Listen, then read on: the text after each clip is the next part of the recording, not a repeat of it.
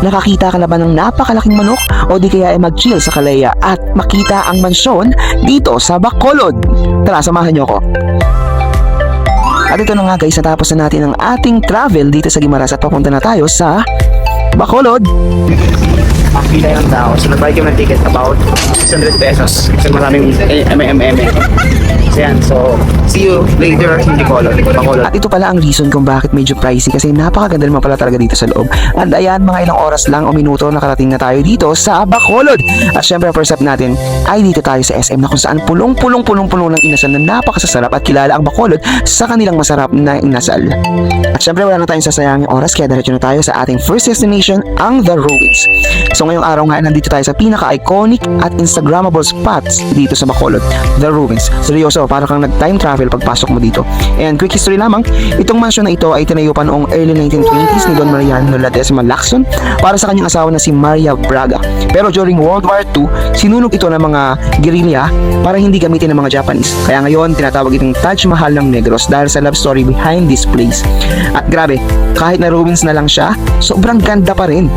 Ang vibe, perfect pang photoshoot at chill lang maglakad-lakad. Entrance fee, around 150 pesos lang para sa mga adults. And sulit na sulit kasi ang daming pwedeng i-explore dito. So yun guys, if ever na pag-visit kayo dito sa Bacolod, huwag niyong palalampasin itong The Ruins. And lakas makayaman talaga kapag naandito ka. May fountain, and nung dumating kami dito, napakadami nagpo-photoshoot sa kanilang kasal, sa birthday. Talagang Instagrammable naman talaga dito sa The Ruins. Nasa isang. So, dito may 150 pesos. Nasunog ako. So, ayun, yung ruins kung saan nasira ang buhay. So yun, overall experience here in The Ruins is so quite good.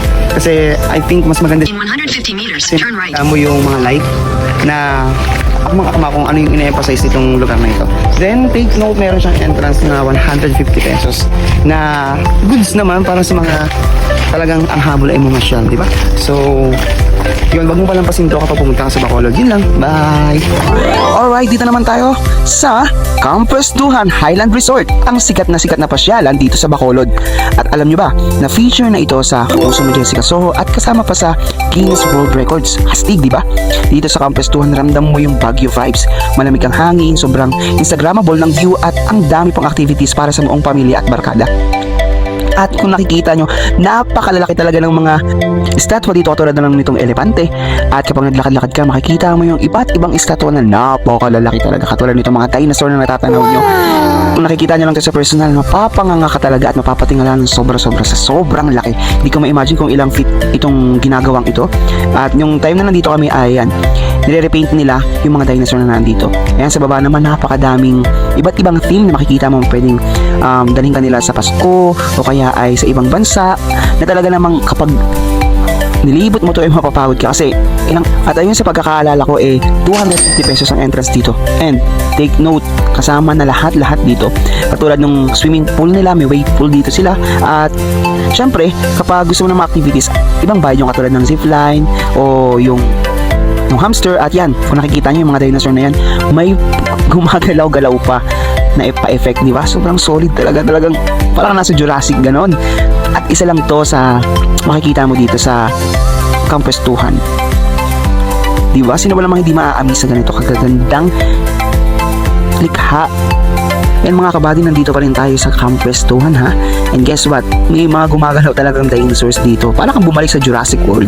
Pero, mga kaibigan, warning lang ha. Kung di ka sanay sa mga lakaran, siguraduhin malakas ang sistema mo at hindi ka hihingalin dahil medyo paahon ang mga daan dito. Pero, worth it naman kasi habang naglalakad ka, walang dull moment.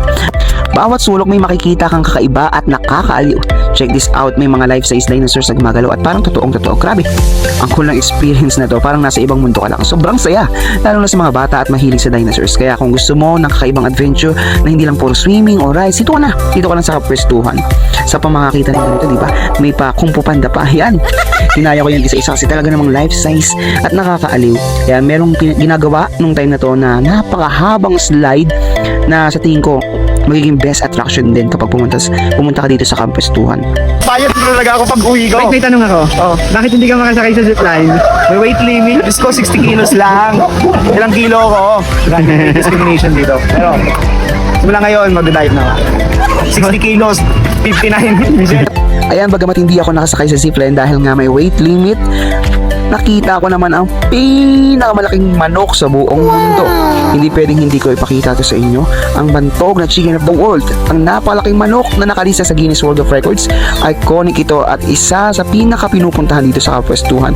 Perfect pang picture at talaga namang manliliit ka sa sobrang laki nito. Ini-imagine ko nga kung gaano kamahal yung nagastos o gaano kalaking pera yung nawala para lang maipatay itong napakalaking manok na ito. Alright, next stop naman tayo. Hello guys, we are here in Negros Occidental at tara, samahan na kami liputin ang bayan na ito. Lipat na namin yung Maras, Bacolod. Yung experience namin dito yung napakaganda. Medyo malayo pala yung pagitan nila, but still you will be amazed on what you have seen. Diba? Kasi nag-chat tapos nakita niyo. Hello guys, we are here in Calea, one of the most famous coffee shop here in Bacolod, and we are trying to taste this mocha cappuccino. And let's give this a rate from 1 to 100. Nice. At ayan guys, nalipot na nga natin ang City of Smile, Bacolod, from the breathtaking view ng kapwestuhan hanggang sa Guinness World of Record at dalawin sa punong-puno ng history at syempre yung mga pagkain nila na hindi mo malilimutan. At ang pinaka nagustuhan ko dito yung warm, welcoming vibes sa mga tao. Totoo ng City of Smile. Kaya kung trip mo ang adventure, history at food trip, dito ka lang sa Bacolod. Yun lang, bye!